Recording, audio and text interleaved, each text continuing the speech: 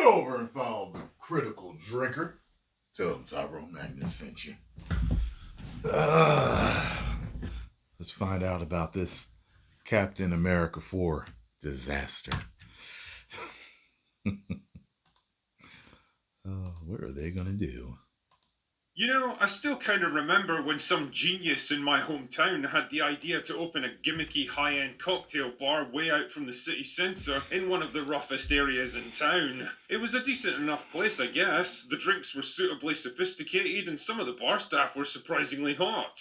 The only problem is that it was so far away from anything else that nobody could be bothered going there, and the only people who lived close enough to use it weren't interested because it didn't serve pints of whatever cheap, mass-produced piss water they used to drink themselves into oblivion every night. In the short time the place was actually open, it was changed into a restaurant, a coffee shop, and even a nightclub for like 3 weeks. But guess what? None of it worked because nobody wanted to go there and the place ended up shutting down within a year. The point I'm making here is that sometimes you just need to accept that your idea was wrong from the start and no amount of reworking and rebranding is going to change that. Yeah. Case in point, Captain America That's 4, true. or Captain America New World Order, or New World Order. The biggest icon in wrestling. Captain America Brave New World as it's currently known. A movie that seems to have gone through a production process almost as tortuous as Marvel's aborted Blade movie. Someone's always trying to ice skate uphill. That's been plagued by poor audience. I don't know why that's such a line. Like, it never worked for me. As much as I love Blade, it never worked for me like that. I went to this event where I was appearing a few years ago to sign merchandise and, meet the fans and stuff. And there was a showing of Blade there while we were there. A bunch of different other kung fu movies and stuff like that.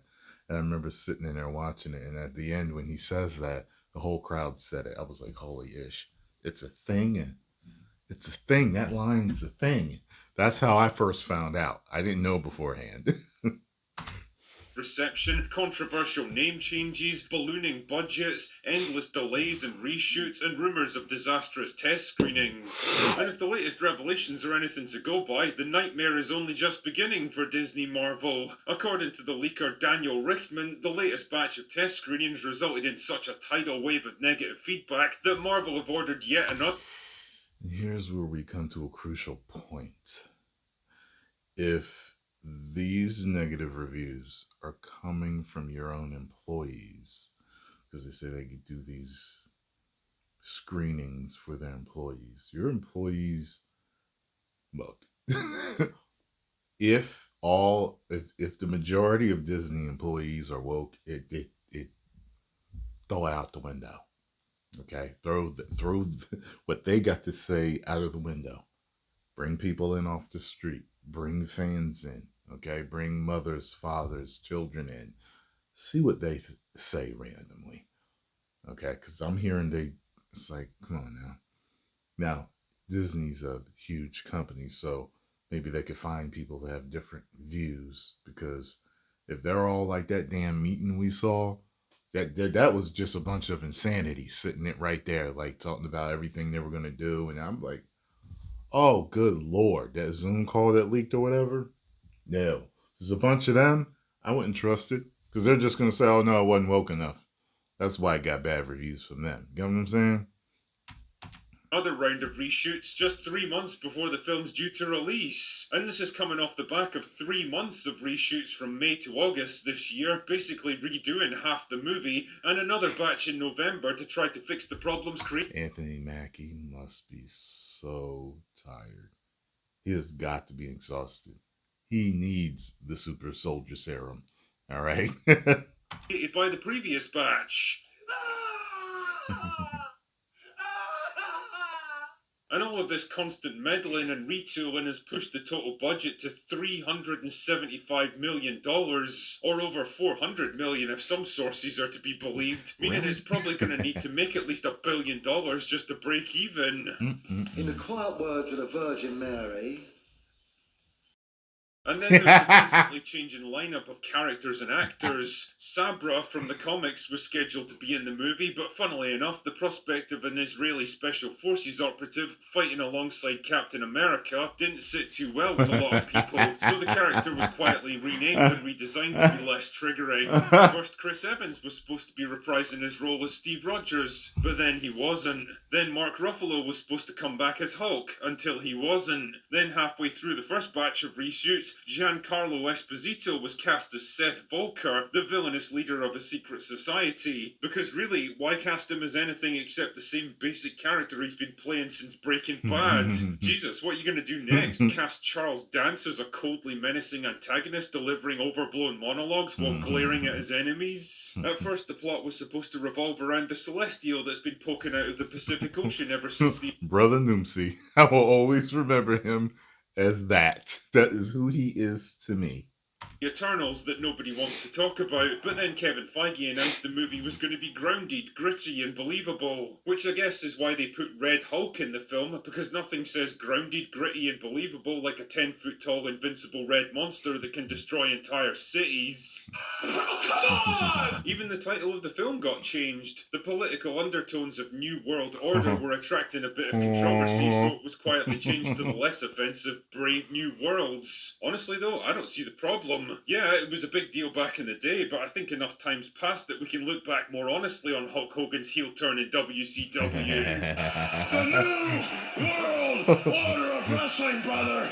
Add all of this bullshit together, and it feels like no matter how hard they try and how much money they throw at it, Marvel just can't seem to crack this movie. Truly, you can't polish a turd, and that's what Brave New World is shaping up to be. Which brings me back to the point I was making at the start of this video. Maybe the reason they can't make it work is because it was just a bad idea from the beginning. I mean, casting Sam Wilson as the new Captain America was a move that left most people scratching their heads in Endgame, because not only did it feel unearned, but it also ruined two perfectly good characters instead of one. Falcon was already a cool, well-developed and popular character in his own right, with his own unique history and identity. He didn't need to be handed someone else's leftovers like some kind of fucking charity case. Bucky. Well, and I disagree there. It's one of those things where, and I always say this, just because it happened in the comics doesn't mean it's a good idea, but it did happen in the comics.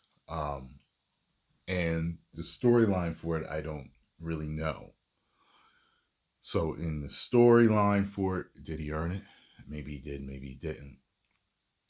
I don't know whether him or Bucky truly earned it.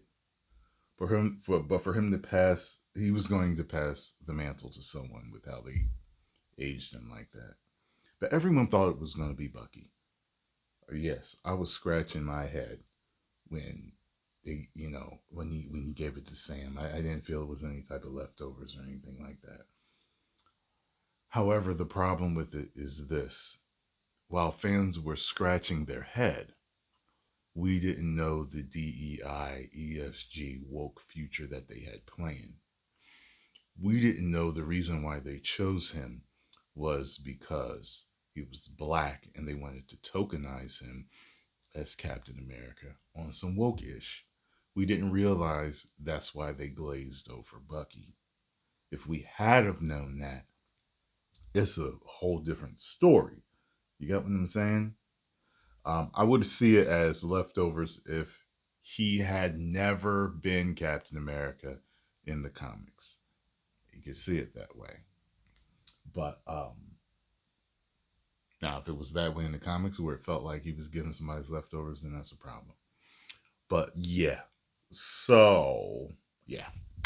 Barnes was the far more logical choice to take up the shield, because not only was he Steve's oldest friend, and the two of them had risked their lives for each other several times over by that point, but he also came from the same time period as Steve. Yeah. The two men grew up in the same environment and culture, so they embodied the same old-fashioned values of American patriotism and good fighting against evil. You know, the exact things you want in Captain America. Yeah, Bucky definitely got put through the mill as the Winter Soldier, but the fact he was able to come out the other side and ultimately redeem himself proves his strength of character and his desire to atone for the past. Giving him the Captain America title would have resulted in a more interesting, morally complex character still wrestling with a dark past that naturally lends itself to the kind of gritty, grounded espionage story that you wanted to tell with this movie, while also providing a bit of thematic continuity in a man whose background and core values are still broadly similar to the original Captain America.